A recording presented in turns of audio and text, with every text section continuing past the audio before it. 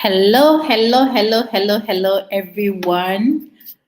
We are super excited to be with you today. Happy New Year to everybody. Happy New Year to everyone. Good evening, wherever you are. So excited. We wish you a great Happy New Year. This is our first Dyslexia Global Conversation of the year. And this one is very exciting because I am in the midst of the team.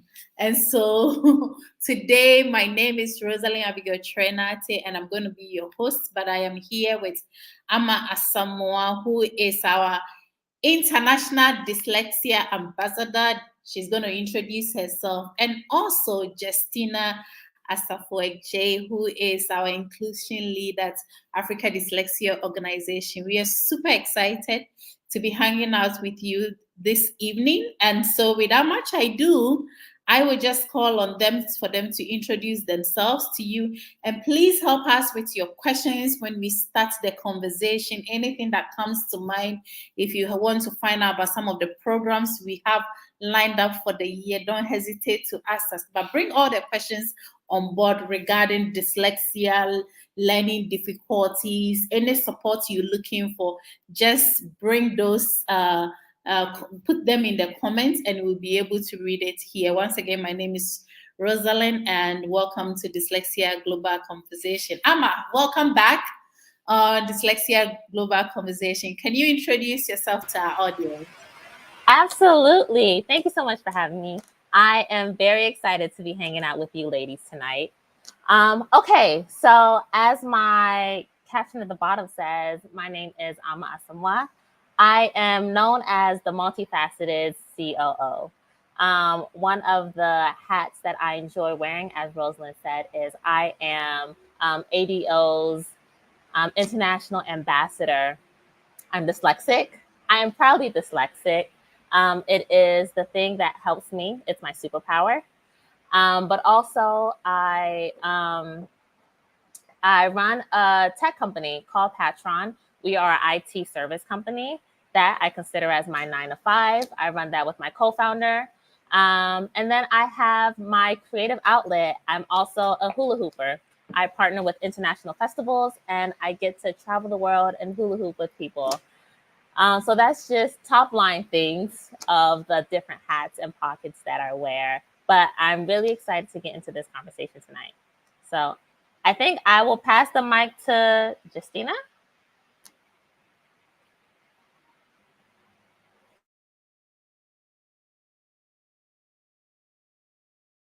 Yes, Justina, you can go ahead as well. Introduce yourself.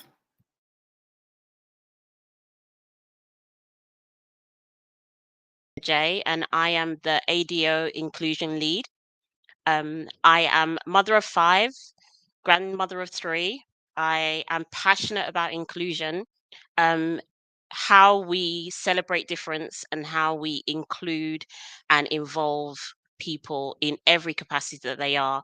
So my role with ADO is around looking at how we bring forward the conversation about hidden disabilities, what that looks like, and how we go about tackling it and addressing it. So I'm really excited for what 2024 holds for us. So, fun fact about me. Oh gosh, what is a fun fact about me? I love music. I love dancing. Not very good at it, but I love it. Um, yeah, I think that's probably it for now. I might share some tidbits later on in the evening, but for now, that's it. So good to be here. Fantastic. So music, hula loop, and all that. I hope I mentioned the word correct. I feel these are fun things, and I also have my fun side. So let me also introduce myself. My name is Rosalind once again, and I work with ADO as executive director, and I am dyslexic as well. And so we share our stories and to motivate and inspire and to make change with regards to dyslexia related learning difficulties.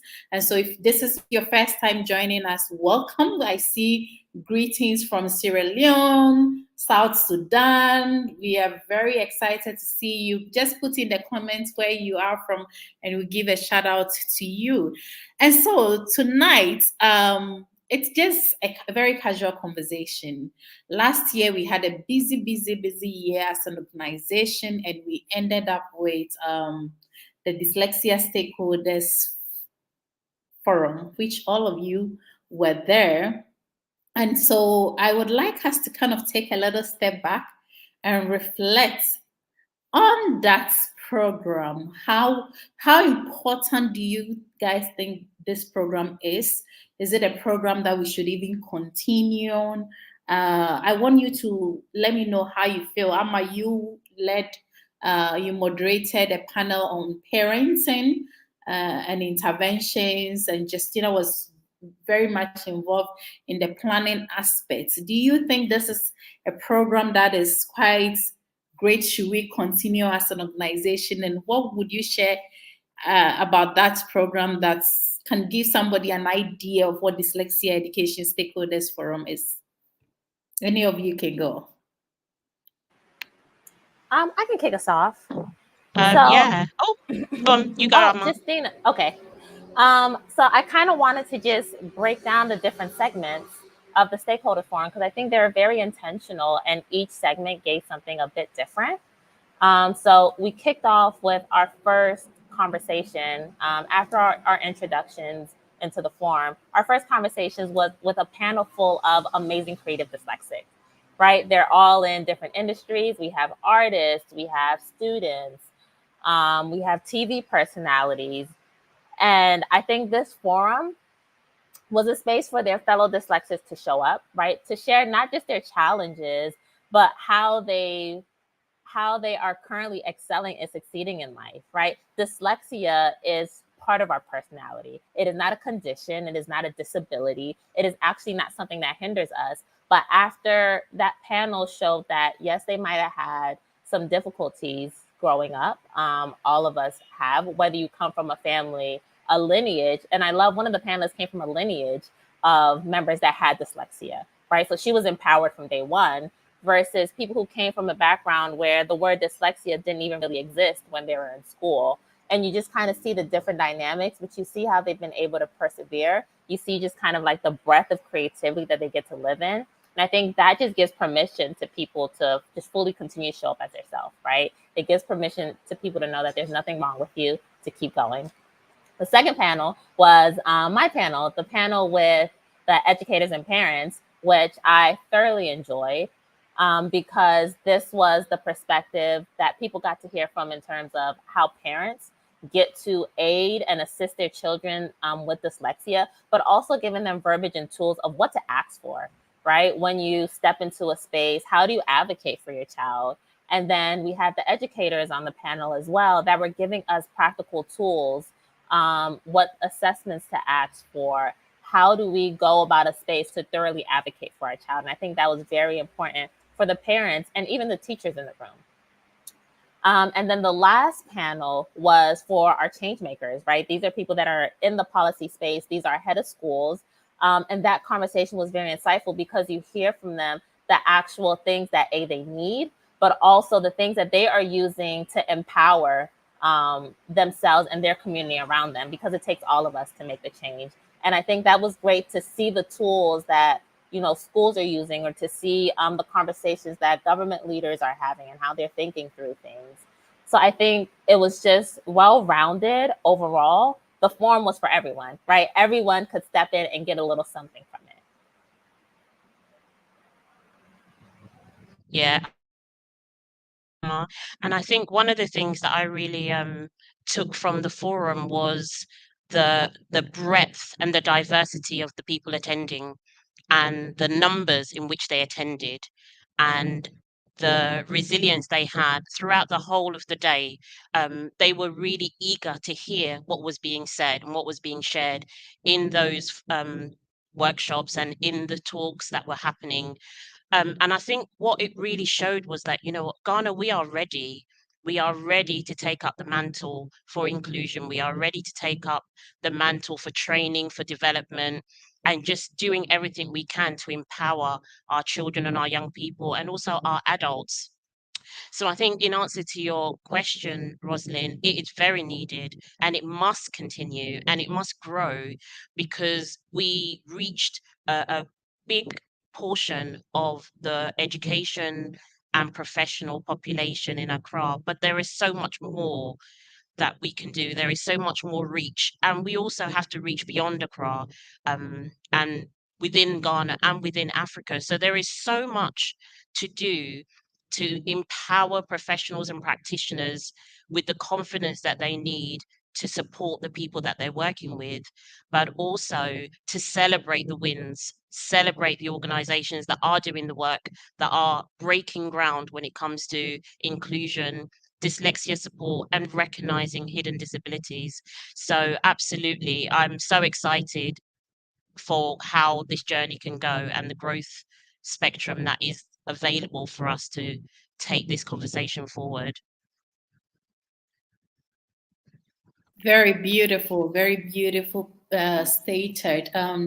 Just for somebody who doesn't understand what dyslexia is about and why it is important for us to even create awareness and advocacy on it. Amma, can you kind of really share the importance of awareness and advocacy and what this forum can lead us to achieve in Ghana and also across the continent of Africa?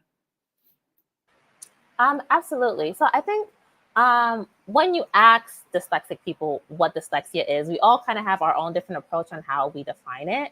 I define dyslexia simply as just a difference in reading, writing, and comprehension. So we learn differently, and the way we retain information is differently. It works different.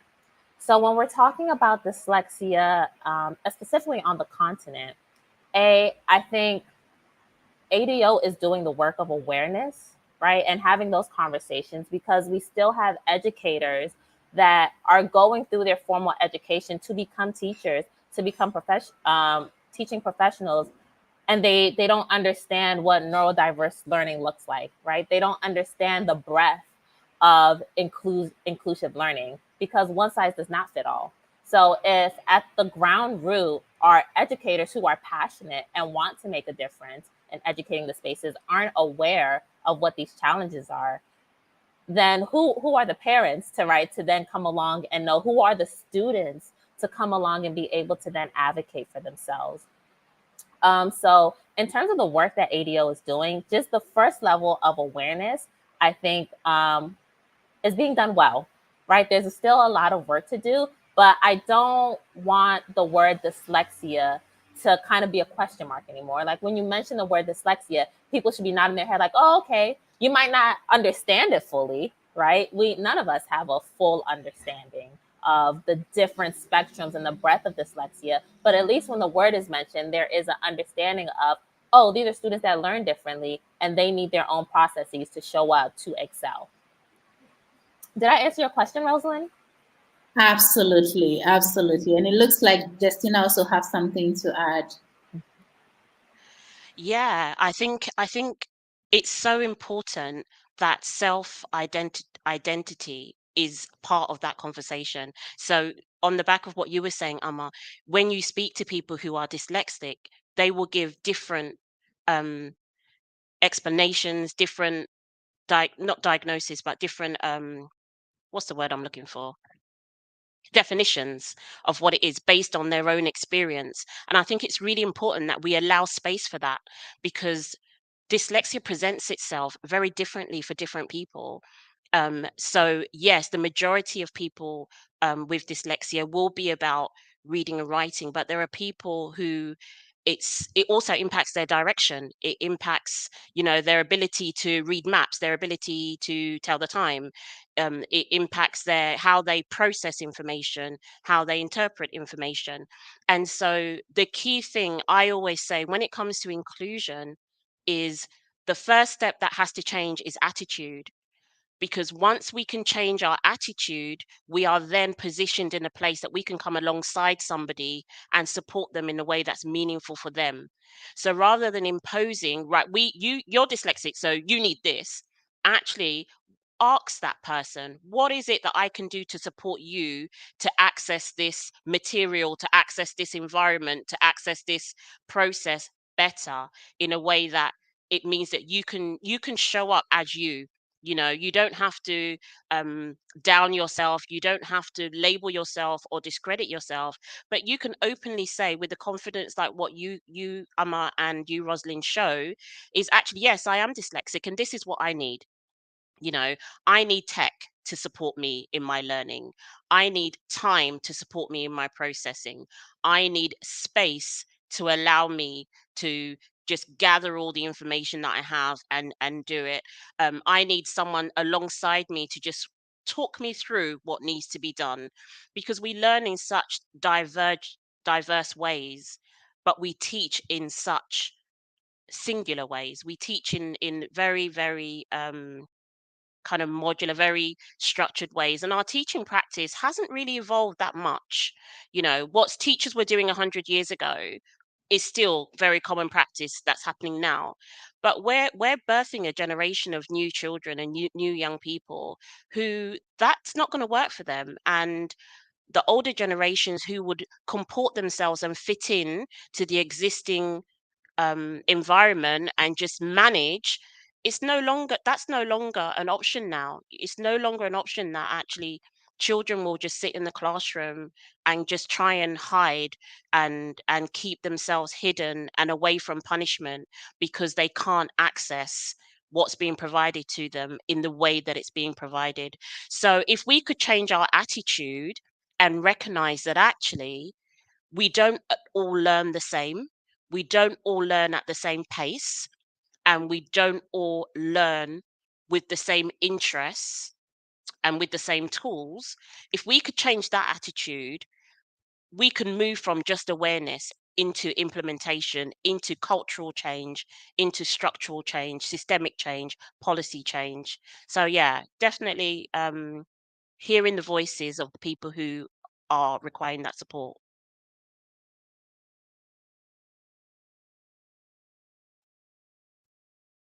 That is very, very beautiful and well outlined.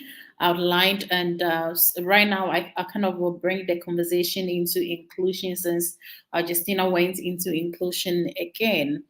I mean, we all know the SDGs and SDG Goal 4, which talks about quality of education, inclusion, and everything. But most of the inclusive education policies that I have read, especially from Ghana to other African countries, always, I mean, recognize physical challenges, so for physical disabilities and physical challenges of people, but never the hidden challenges that students go through.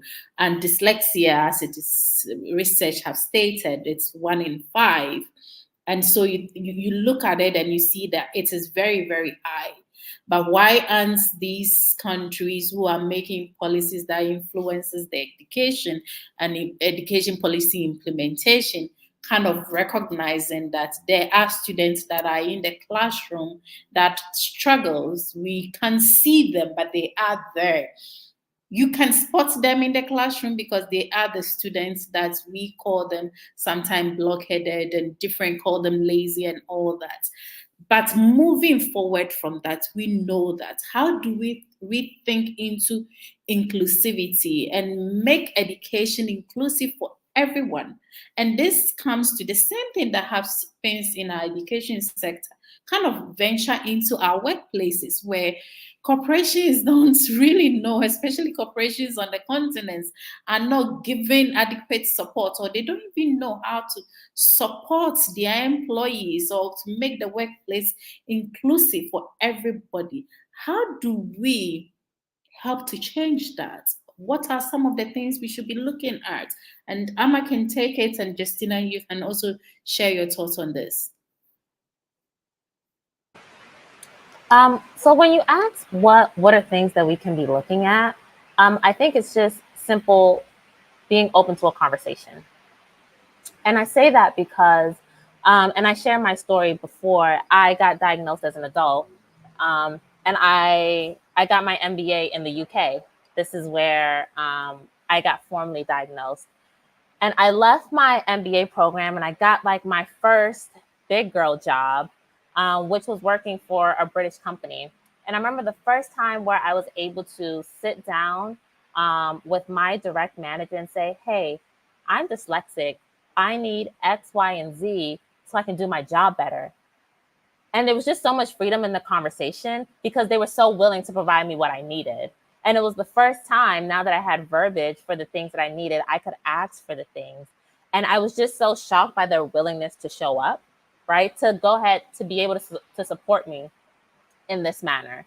And I will say companies vary at all scales and all levels. And I'll let Justina touch on the educational piece. I can talk about more the professional piece, but companies vary from all sizes, right? And sometimes it's just simply being open or creating a space to let your team members know, your staff know that, hey, we are an inclusive company. We may not understand how to support you, but we're open to figuring it out together. And something simple as a conversation doesn't cost anyone money. I think as soon as you talk about inclusion, the first thing that companies see are dollar signs. The cities are running, the bill is running in their head of like, well, then I have to get this, I have to get that. And that's not what the case is. The case is, can we create a space where people feel safe enough to just simply talk? Can we create a space where people feel as though they won't be reprimanded, or I won't lose my job, or my hours won't be deducted because I need X, Y, and Z? That is something that can start tomorrow. That's not something that government policy needs to change. It's something that individuals and decision makers in companies can decide like, hey, we want to create not an open door policy, right? Because sometimes open door policies feel scary because there might be consequences that people face on the back end. But truly creating a space to allow people, how can I support you to be your best, and inviting that conversation. That's where it starts when we talk about inclusion. Just simply open up the dialogue. Justina, I'll hand it over to you to talk about inclusion within the educational space. Yeah. So inclusion starts at leadership. When it comes to the inclusion space, because I've come across many practitioners, teachers, teaching assistants, learning support assistants, coordinators who are passionate about inclusion and really want to do everything they can for the young people in their care, but they get stopped at policy level. And so, as leaders, if you are not able to address the need for inclusion at policy level and then go beyond that and deliver it, then we have a problem. And part of the issue we have within our education establishments is that leaders know that they have to have these policies. So these policies are written. However, if you speak to the people on the ground delivering the direct work with the children, they have no idea what these policies say. They have no idea what, as an organization, your stance is around this. And so it takes leadership to really role model inclusion and trickle it down to their staff. So how do we do that? We do that through not just training, because people can sit in a training and hear all of this information and it stays in their books and in their folders and in their minds. It doesn't translate to practical delivery. So it has to be multifaceted in its delivery. It has to be your policy, your practice, your line management, your encouragement, your culture within your school environment, your educational environment. Your culture speaks very well to how seriously you take your inclusion policy. So, for example, if you are able to make accommodations for the young people, but yet fail to make the accommodations for the adults in your institution, then you are not implementing inclusive practice. And what I found over the years is that it's very easy for people to think about accommodation for children, or it's much easier than it is for them to think about accommodation for adults. And we have many people working in the educational field who are neurodiverse, who do have needs, but sadly and unfortunately, there is a higher proportion of people who can't disclose their needs because they know that those accommodations will not be made available for them. And so I go back to what I was saying about attitude. The attitude of a leader or the leaders, their policy, their implementation of the policy, their support of staff will all feed into how well they are able to truly have an inclusive school environment and an inclusive classroom. How you resource your school. If you do not have the right equipment and resources to support what the teachers are doing practically, then you're not really delivering an inclusive education. So you have to look at all these different elements and evaluate and reflect on how well am I doing here? How well am I doing? Do I have an open door policy for my staff? Could my staff, like you, Amma, could they come into my office and say to me, "Do you know, I really struggle in the staff meetings when they're really long and I can't manage all the information that's being shared there. Is it possible for the minutes to be taken and shared so that I can go back and read over it later?" You know, when there's staff training, can your employee come to you and say, "Can I have all the PowerPoints at least 3 days before the staff training so that I can read through the information and digest it so that when I come to the training, I can show up and really be involved?" Um, can your staff member tell you, "Actually, when we're in a meeting, can you not ask me to read out loud from a document in front of everybody?" Can they say those kind of things to you without repercussions, without you judging them and assigning their competency alongside those things that they're requesting of you? So it is really multifaceted, and so it is complicated, but it's only as complicated as we want it to be. If we are really committed to inclusion, we will make those things happen and we will be open to listening, like Amma said, having those conversations, open to listening and learning, because none of us are experts, none of us know everything, but each of us know what our lived experience is, and we know what we need. So if we can start those conversations and listen, where we it's a good point. It's a good starting ground. Fantastic, fantastic. I love all the submissions that is ongoing.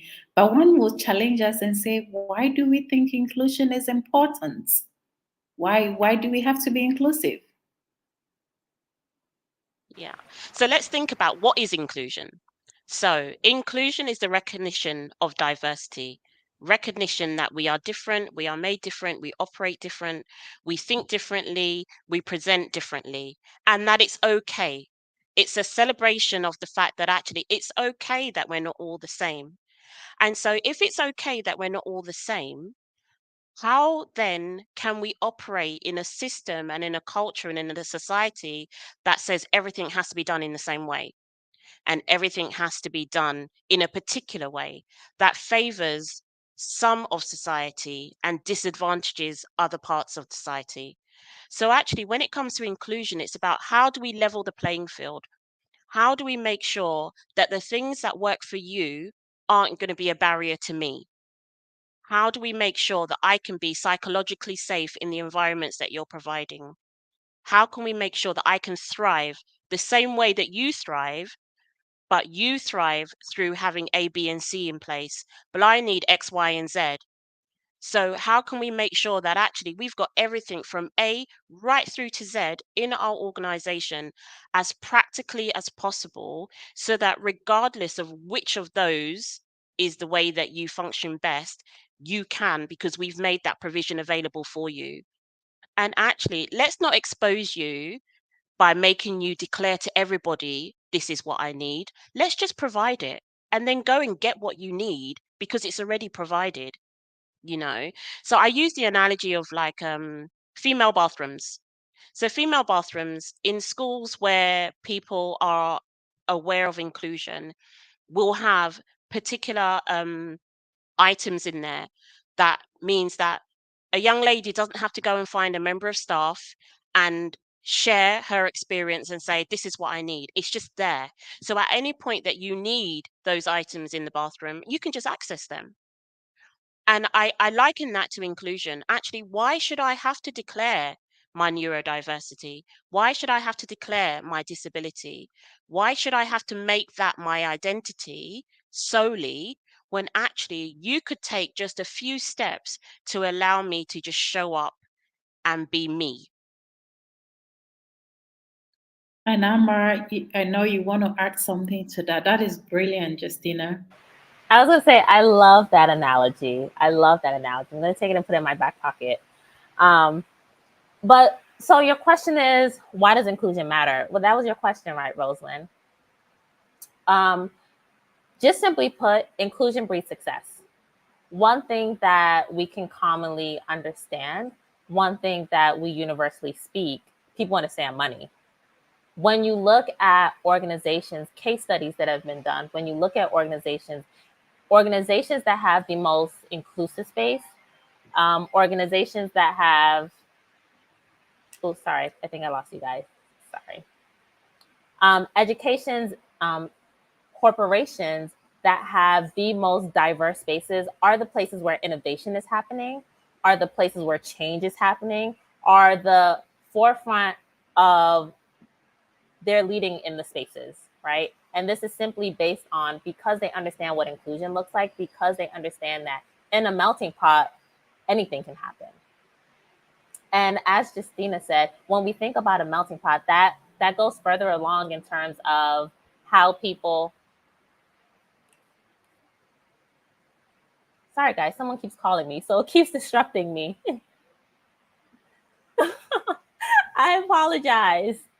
Um, but I was saying, so when we think about an organization and inclusion, right? It just people show up with creativity, people show up with different brain powers. And they think through things differently. They are answering questions, they are solving problems from different angles and different perspectives. And that is what moves the catalyst forward. Without inclusion, we breed the sameness, right? Sameness doesn't produce, sameness doesn't generate revenue, sameness doesn't bring in money. Inclusion is essentially what drives the bottom line. So when we expand and we think about economically, right? When we think about a country, what does it look like to create an educational space? What does it look like to create a professional space where inclusion exists? Inclusion is what moves a country forward. That's why there are world leaders, and that's why there are people who are still developing. Absolutely, absolutely. And as Eric from DRC has said, inclusion evolves, do no harm to anyone. It also means giving a chance to everyone to enjoy the same opportunities and potentials. And I feel like he just summarized what all of you have stated. But I will bring this back like inclusion because of inclusion, we are also advocating for our learners with dyslexia and related learning difficulties. Thankfully, all of you are Ghanaians and you have been open, even if you didn't study in Ghana, wherever you studied, you kind of witnessed some of the um, things dyslexic people go through, those in quotes lazy students go through. And I want us to kind of bring this like in a very, very easy, simple explanation to kind of really talk about why it is important for us as Africans to kind of be open to some of these awareness message and advocacy we're doing to the whole general public and what the benefits of it in the future. What are we hoping to achieve that we are on this journey? All of us over here trying to say that listen, schools, be inclusive as much as possible, putting interventions that can benefit all, and also, especially, let's pay attention in giving extra support to our dyslexic learners. Why do we think this is so important for us to embark on this journey? Yeah, it's crucial. It's crucial for us to embark on this journey because our students, our dyslexic students, our dyspraxic students, our dyscalculia students are our future leaders. They are our future. And so if we don't learn the lessons from our past, we are destined to repeat them.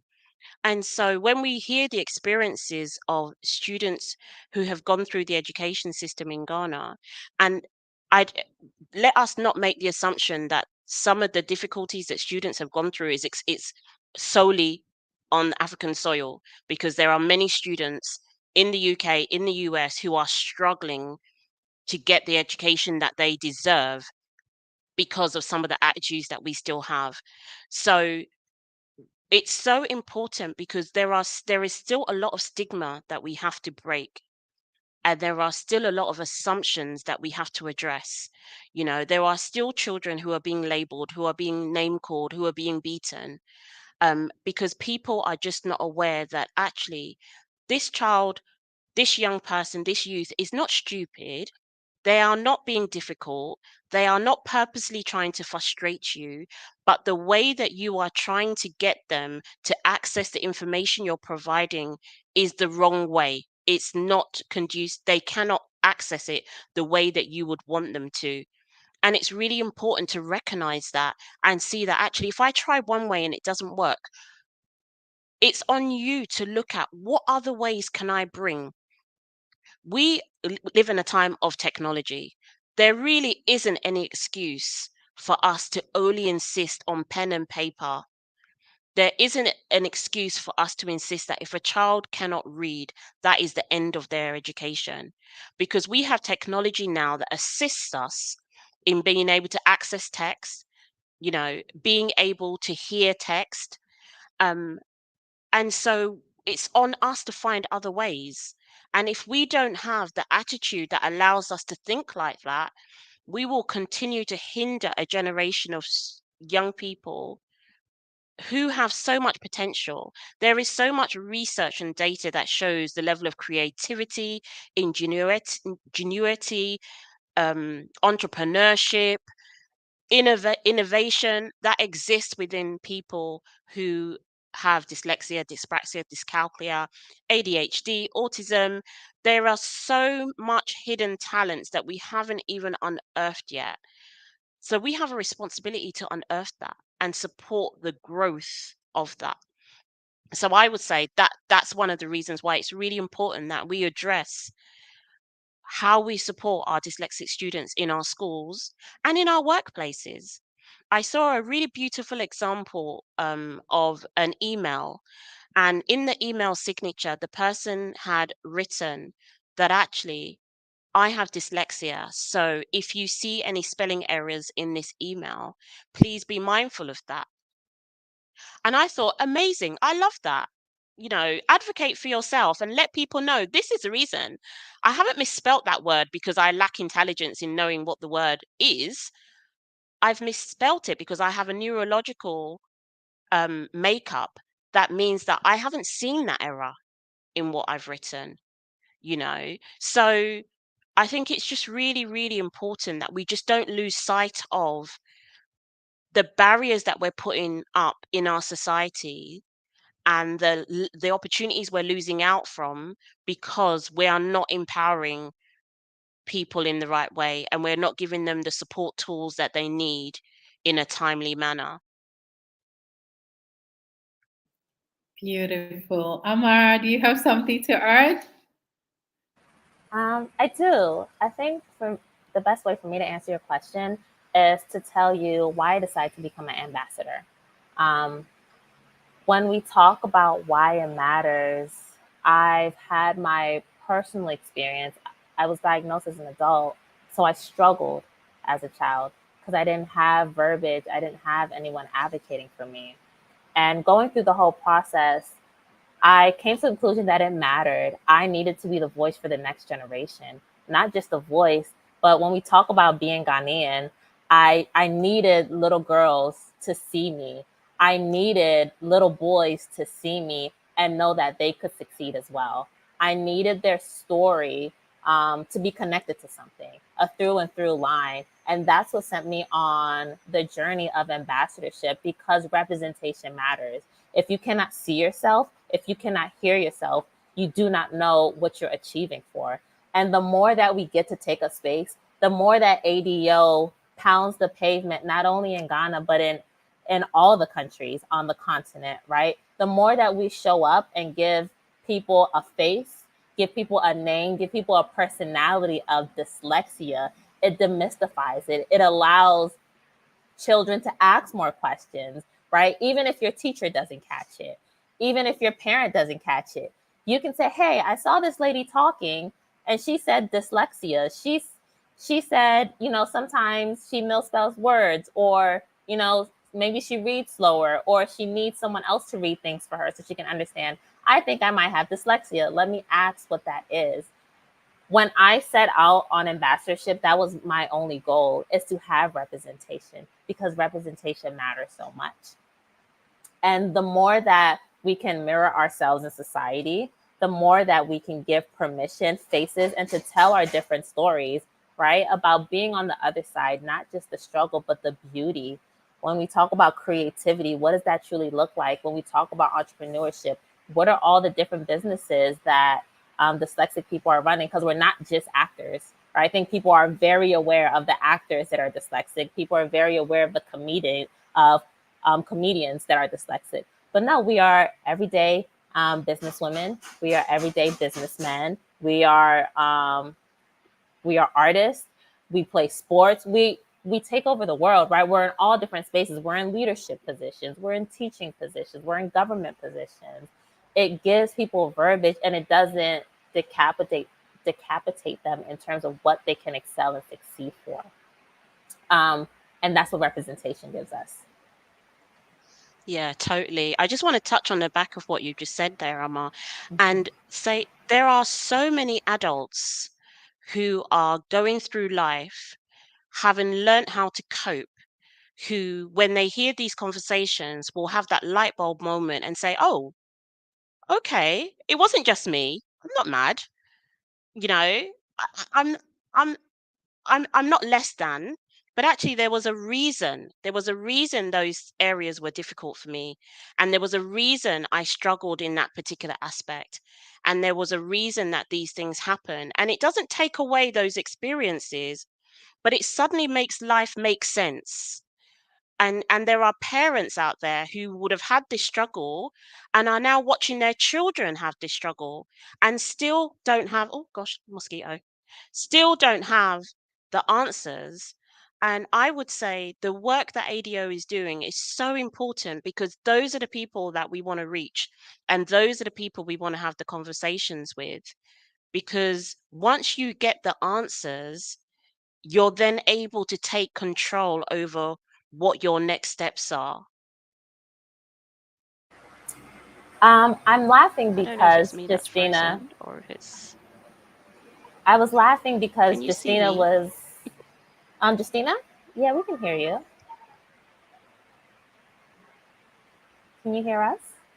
But I was saying I was laughing because you speaking to Yep, my I'm here. exact experience. Yeah, You were speaking to my can you hear me? exact experience as an adult. It's Yeah. okay. Keep going, Amma. Yeah, I can hear you. Okay. But that experience of, in an instant, once the word dyslexia entered my life, my whole life made sense. And it was the first time I was like, oh, it's not just me. And that feeling was such a feeling of liberation that I want for everyone. Like, so right now, I understand being able to advocate for kids, right? Because kids, once you have tools and you're empowered as a child, you can then advocate for yourself. But as an adult, when you talk about advocating for adults, that's a completely different subject, because the liberation that comes with knowing it's not just me. I'm not dumb. I'm not slow. I don't have a deficiency. I'm just dyslexic. There's so much freedom that comes in it. And I want that for all my fellow dyslexic in the world. I want us to be able to stand together and be like, yep, I'm dyslexic and I'm doing just fine. I love that. Yes, I love the self. I'm dyslexic. Yeah, I will make you aware right now. Then it kind of changes the conversation and everything. Hello, our viewers. This is Dyslexia Global Conversations, and we thank you so much for tuning in and being with us. Please put your questions or your comments in the comment section, and we'll be able to ask our fantastic team here today. You have all three team of Africa Dyslexia Organization. The rest of the team are the also back end and supporting all of us. So this is Dyslexia Global Conversation, and I see some familiar names. Dr. Bernard, hello to you in New York, and I know also we have a lot of Africa Dyslexia Advocates Fellows. So, we launched the Africa Dyslexia Advocates Fellowship Program where we are in search of two people from each African countries. But on our first pilot, I feel we did well. We had people from 37 African countries, and these are the people that we have chosen to be part of. Over 400 applications, we selected 90 of them. So some of them are also tuning. And I just want them to understand why it is so important and for them to know the journey ahead, that this is not just in a fellowship and you're coming and you're just getting an information, but this is a fellowship that is going to transform somebody's life. So I don't know what you guys have to say to them, some motivating words, because some of them are tuning and they are listening to you guys. Yeah. Um, So, good. I was gonna say, I'll let you go next, Justina. But I was gonna say I would love for us to circle back to the forum and close that out. But I would love for us to share what our favorite parts this year about the forum was, and maybe what we're looking forward to, and maybe if we get some comments for people, people that attended, people that didn't attend, but if they'll be interested in like what else should we add to the 2024 forum, because I'm so excited. Our stakeholders are growing, so I would love to hear from the audience, but also from our perspective, if we can tell like maybe one of our favorite moments from last year's forum, I think that'd be great. We gotta go on that. I'm trying to like get a video to get them a gist of what that program was, and I've been working on and been working on. But we hope to, by the time we end, it will work and we can show that, and then we can share those moments. But basically, what Amma is saying is, if you are in the audience and you were part, whether virtual or physical, for the dyslexia stakeholders forum, just share with us some of your favorite moments, and then we will talk about the way forward as well. So, Justina, you can go ahead. So, oh my gosh, I had a brain freeze there for a minute. So we are talking about remind me the question, because I'm still thinking about the question that Amma said in terms of what our moments were from the forum. Okay, so basically, we're going to give some kind of Encouragement. encouragement to Yes. our fellows who are going to begin their journey from next week, getting Yeah. trained in the next 6 weekends to start going into their communities to create awareness about dyslexia and related learning difficulties, and for them to know that this is not just any form of fellowship you just join in and say that, oh, we're going for fellowship to become like a best leader or something, but this is something that Mm, whatever you're going to see from next or from when you finish your training and you become an advocate is that it's going to touch somebody's life.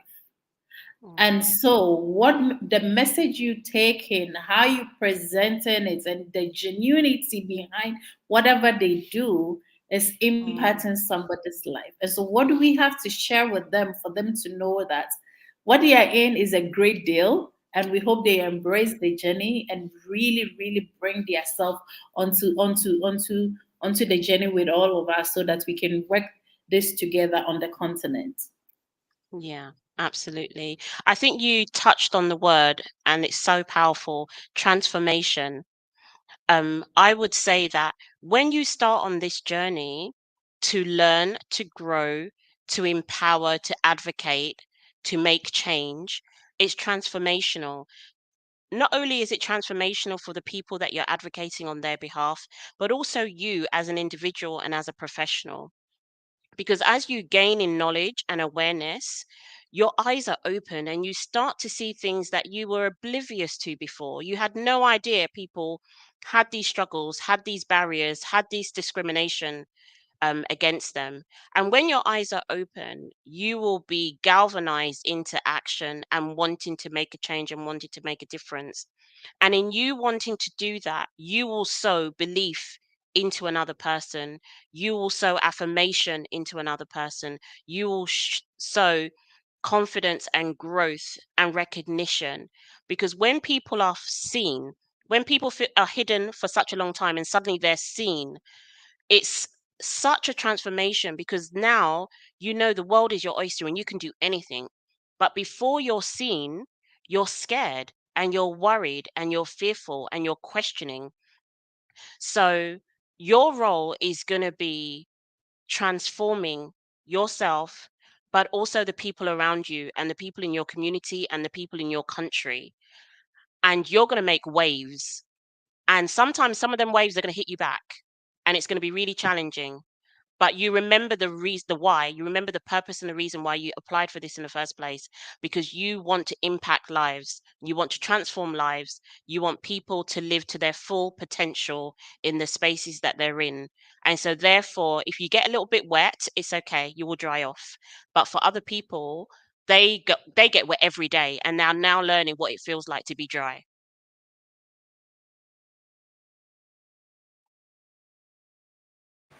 Fantastic. Um, great gems. Justina has said a mouthful. Um, the one thing that I'll say in terms of encouragement is it just takes one person. One person can transform so many lives. It just took one person for me. One person entered my life and completely changed the trajectory of my life. And I always say, if I didn't know I was dyslexic, I don't truly think I would have set out for entrepreneurship, because I would have been too scared. I would have been too scared to send that error in an email. That reflects on me. But knowing that I'm dyslexic has empowered me so much in so many different ways and has allowed me to show up. And it just took one person to take an interest, to make an observation. And that's what this fellowship is. It is each and every person going out in the community, being that one person that is going to speak up, being one person that's going to help educate, just provide a little more context, being that person that can be the go-to person. Because sometimes people want to change, they just don't know where to start and they don't know how. This fellowship is going to give people the access and the portal into actually giving support, not just to children, like Justina says, but to adults, right? It is going to create a safe space for people to ask more questions. It's going to create a safe space for people to want to attend an ADO forum. It's going to want them to feel okay to tune into an online session, to feel as though they are in a midst or a community, or just to help them gain better understanding of their learning disability, even if they don't have access to a formal diagnosis. And this fellowship is a pathway that gives people life-changing opportunities. So like Justina said, there's going to be some wet days, there are going to be some dry days, but you matter, right? And if at the end of the fellowship you have changed one student's life, that one student will ripple throughout time, because I'm a prime example. And I love the concept of just one person.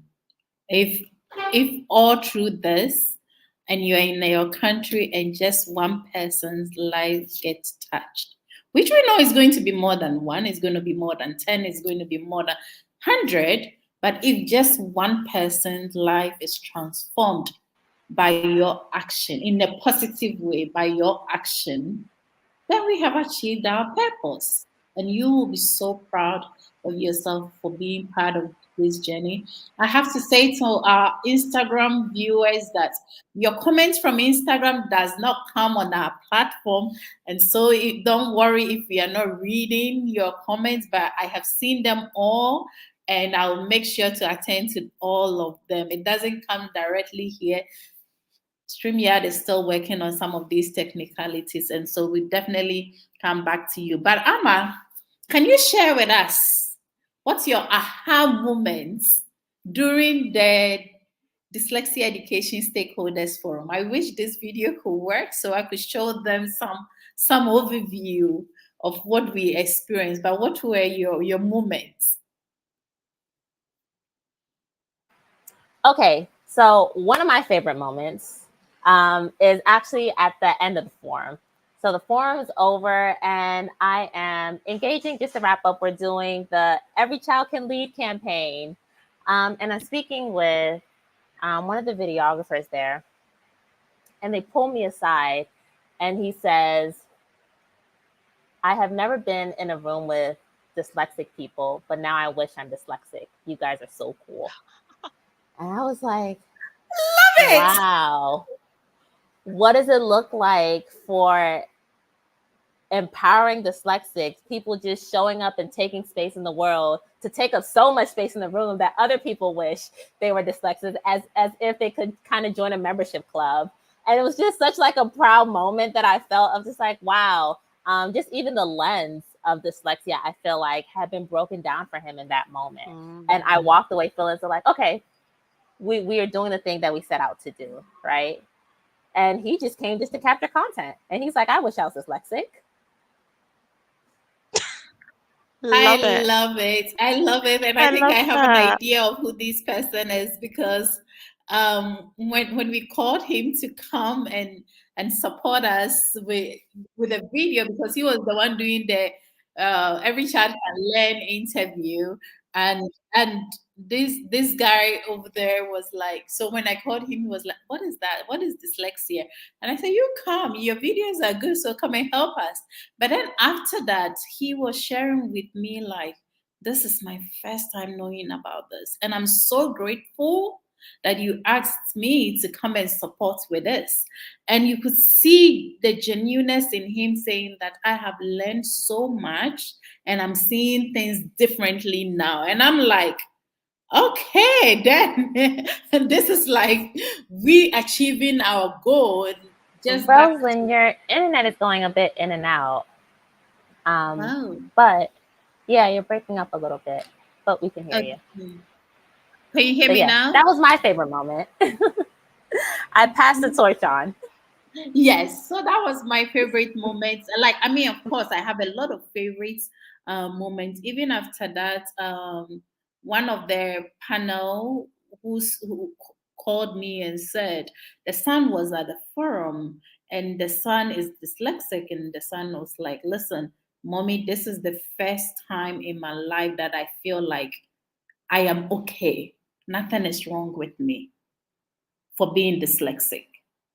And I feel like that is so powerful. This is a child who is like 13 years old saying that for the first time, I feel like nothing is wrong with me.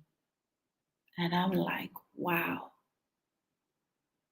So it's a beautiful thing, and I feel like we don't have to give up. We need to keep searching for more of dyslexics out there because I feel like the power of storytelling, them sharing their experiences, and we all working together for one goal, saying that every child can learn, and so we should give the adequate intervention, the adequate support, love for our children, for our adults in the workplaces, and all the supports. That is all that this journey is about. Justina, you can go ahead. Yeah, okay. So my favorite moment was also at the end, but for slightly different reasons. So I can remember we hit the time when we should have been finishing, and I can remember panicking, and I remember going up to Roslyn and leaning in and saying, "Roslyn, what should we do? Should we end it now?" And she said, "No, the last panel was only just started." And I was like, "Oh, okay. So what should we do?" And she just said, "Okay, it's okay. Well, let's let it run. Let's let it run." And at the end of the panel, the room was still full. The place was full to the brim because the people who were there were committed to hearing everything that was being shared on that day. And some people had to leave earlier, but it was very few people that left early. The vast majority of people stayed right till the end. And I think that's probably going to be the thing that I take away with me to say, wow, you know, people were so invested and really, really wanted to know everything. And at the end, the networking that took place, I saw so many people exchanging numbers, exchanging contact details. So many partnerships were formed and so many interactions were established there that it was just a powerful day, such a powerful day of empowerment. And it was my second year, and it's grown. Each year it grows. And I'm like, wow, this is absolutely amazing. Because sometimes you do something and then people have their fill and then they're bored and they're not bothered with it anymore. But actually, the thirst for what ADO is doing is growing. it's really, really growing. And so, yeah. So my favorite bit was the end, but it was to see how many people were still there at the end. It's fantastic. As we move on, and I mean, this year's Dyslexia Education Stakeholders Forum is underway. Is the 30th of October 2024. What are you both looking up to? What should we bring? What new things should we introduce? What's the way forward? Okay, I know, for me, from a logistics point of view, the way forward is we need sponsorship. We need partnership. We need organizations to come behind us in the work that we're doing. We have been so blessed that Roslyn is so committed and so passionate about this area that she has been forging ahead like an army of 1,000 in one woman. And now we're in a point where we are growing as a team, but it needs to be sustainable. So we need organizations that will come alongside ADO and support the vision, support the growth, support the impact, because there are still far too many people that haven't heard the message. And there are far too many people that are not getting the support that they need. So for me, 2024 means partnership, sponsorship, funding, growth exponentially. I'll hand it over to Amma. Oh, great. I'm normally the money woman who likes to talk money, but yes, Justina said it. Partnerships. And I think not just partnerships that have synergy with the cause. I'll leave that there. But I think in terms of what I would like to see, or what I'm really looking forward to see at this forum, is making dyslexia tangible for the audience. And when I say tangible, I'm looking in terms of like just breakout workshops, because we have a room full of engaged audiences, but you have your teachers, you have your parents, and then you have your students. And just being able to have breakout sessions for all these three different stakeholders, right? Where they can actually touch, feel, and engage with dyslexia from all different levels, from all different multisensory levels, I think will help round out people's experience and have them walking away just feeling even more empowered, having more knowledge, having more tools. I'm always about tools. You'll hear me use the word tools a lot when I talk, because tools are things that empower us. So I'm calling on my tech companies. I would love our tech companies to come along, support. I would love to see support in terms of software that ADO can help champion to roll out to our different students, to our different organizations. I would love to get on that train in terms of channeling. Now that we're talking about it, now that teachers have some kind of understanding, how do we truly support them outside of just pen and paper? So yes, I'm calling on tech companies to come alongside of us and help bring this conversation into the 2024 century. Beautiful. I was still trying to get a video to show, but it's not working. But if you are watching us on YouTube, it's already uploaded on YouTube, summary of Dyslexia Education Stakeholders Forum, and you're able to kind of watch it. And we have other, like we have actually the entire program on YouTube, because we streamed live on YouTube. So if you really want to know more about what went on that day, you can just go on to our YouTube, subscribe to the YouTube, also share this message with as many people as you can. Don't just keep it to yourself.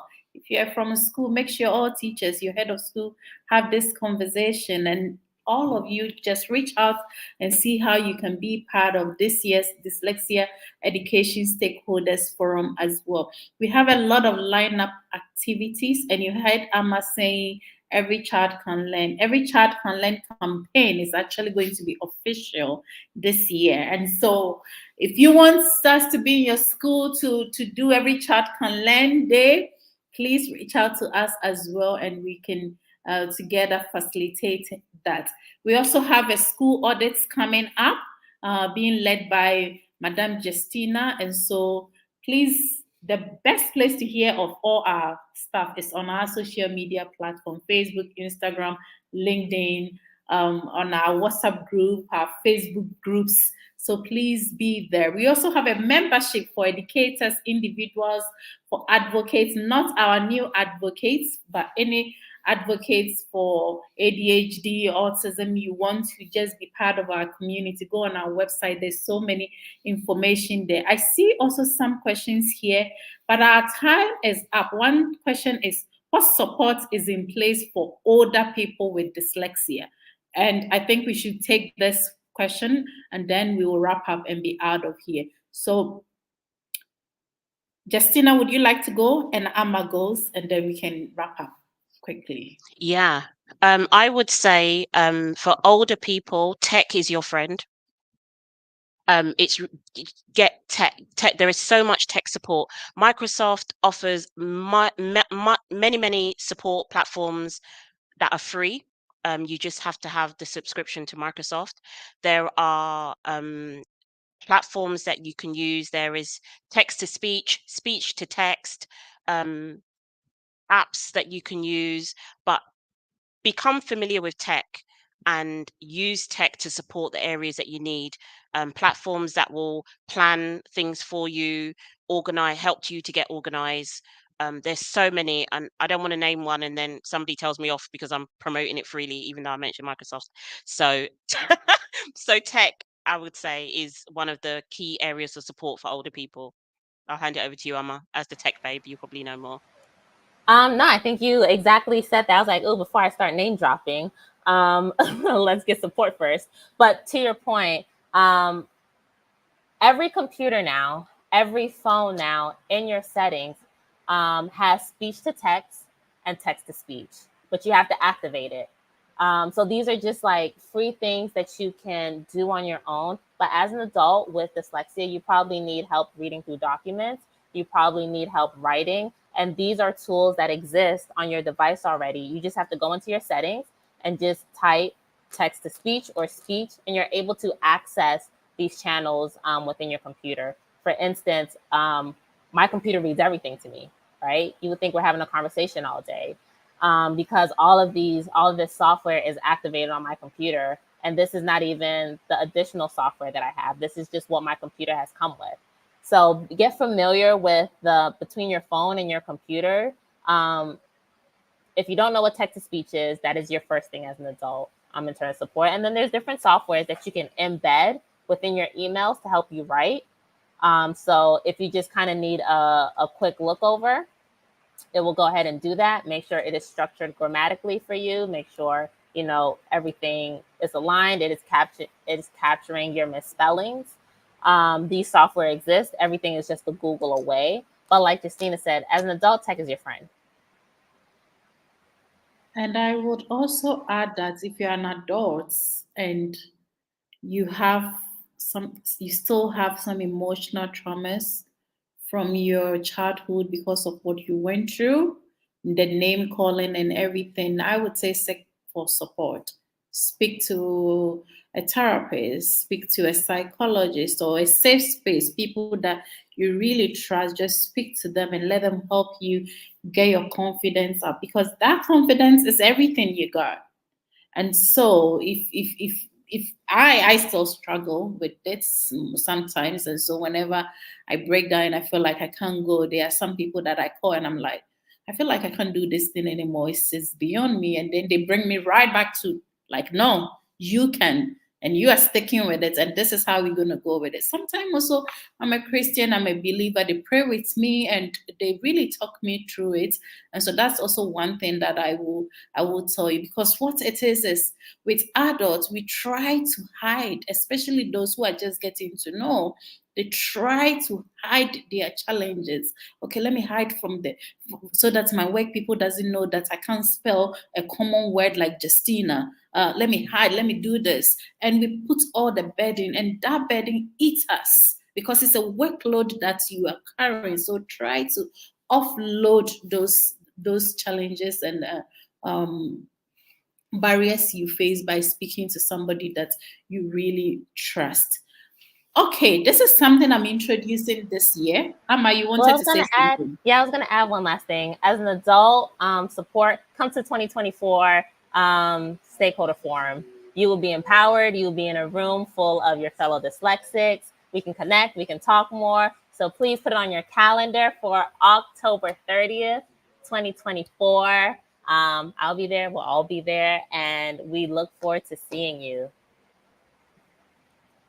Fantastic. So I was going to say that there is something that we haven't been doing on Dyslexia Global Conversation, but this year we're doing it is among all the discussion that is going on. This one was like coffee, kind of we chatting, though we don't have coffee mugs and coffee in our hands. So it's really, really casual.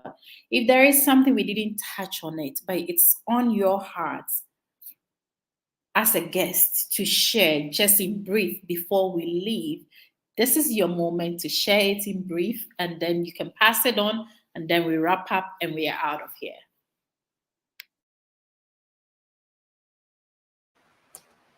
Okay, I'll kick us off. I will say next time I would love to do a tea and a coffee conversation. I think that'd be great.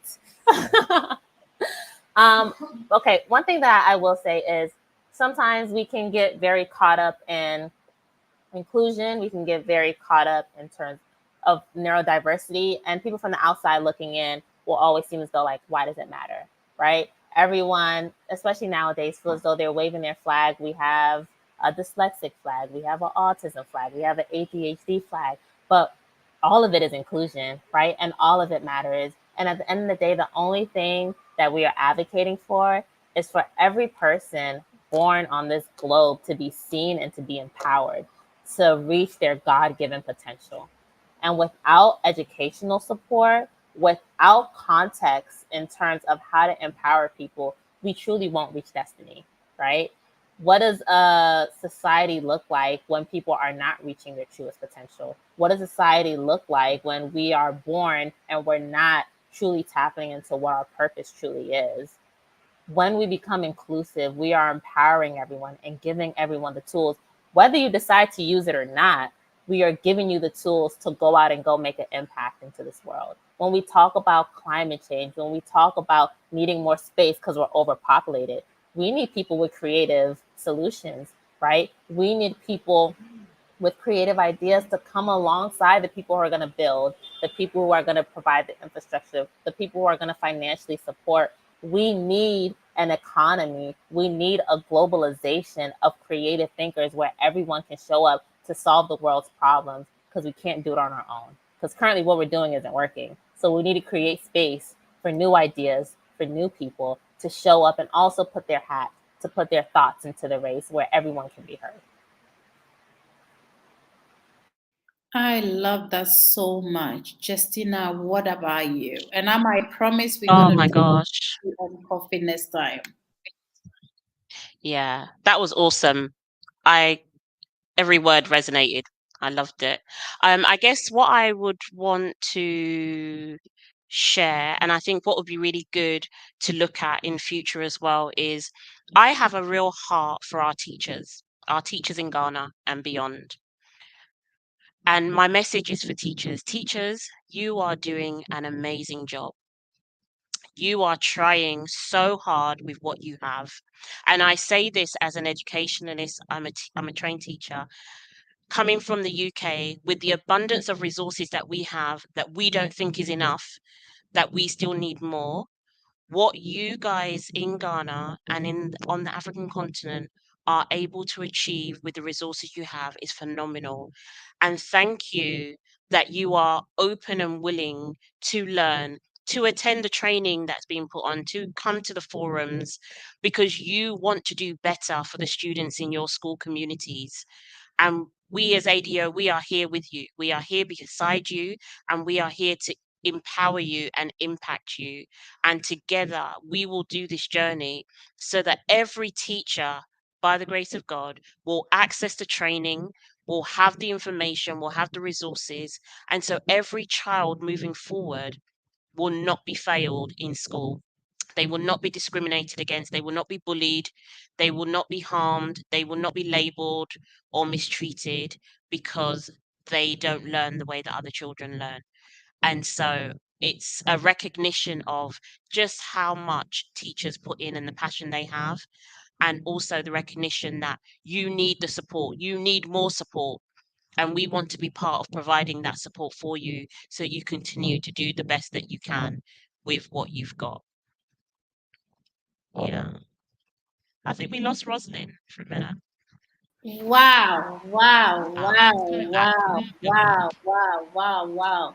Well, this brings us to the conclusion of Dyslexia Global Conversation. This is the first of the year, and mark your calendars. Every first Wednesday of the month will be Dyslexia Global Conversations. Sometimes we can repeat them first and last week, Wednesday of the month, and so just our activity calendar will be out next week. And so watch out for all these details and dates and different activities. We are launching a continental teacher training. It's going to be online. It's a 7-hour training for everybody to have access to. It is free. Just make your time and your internet, and make sure you register when we launch it. Also, we have a physical training happening in Ghana, and last year people from Nigeria attended. So wherever you are on the continent of Africa, you can definitely support your teachers or your educators to come for the training that will happen in July, one in Kumasi and one in Accra. All the details will be on the year calendar that is coming. There's a lot of exciting stuff, so please be on the lookout. If you are not part of our WhatsApp community and you want to be part of it, go on our website. There is a contact there.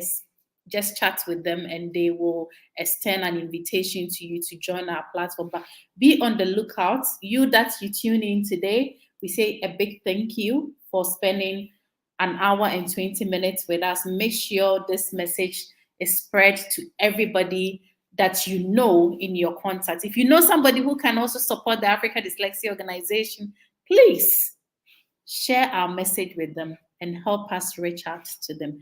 Thank you so much for here. And my guest, I appreciate you. You're not my guest, you are our team. I appreciate you. We are going to transform this continent together. And tomorrow, people will wake up and say that for the grace of Justina, for the grace of Amma, for the grace of all our team members, our trainers who volunteered their time to us, our board members, our advocates, you transform the continent of Africa. And I just love you all. And I am so appreciative of you. I can't say it enough, but thank you. So this is where we say good night to all of you, and we will see you next time. Bye-bye. Bye.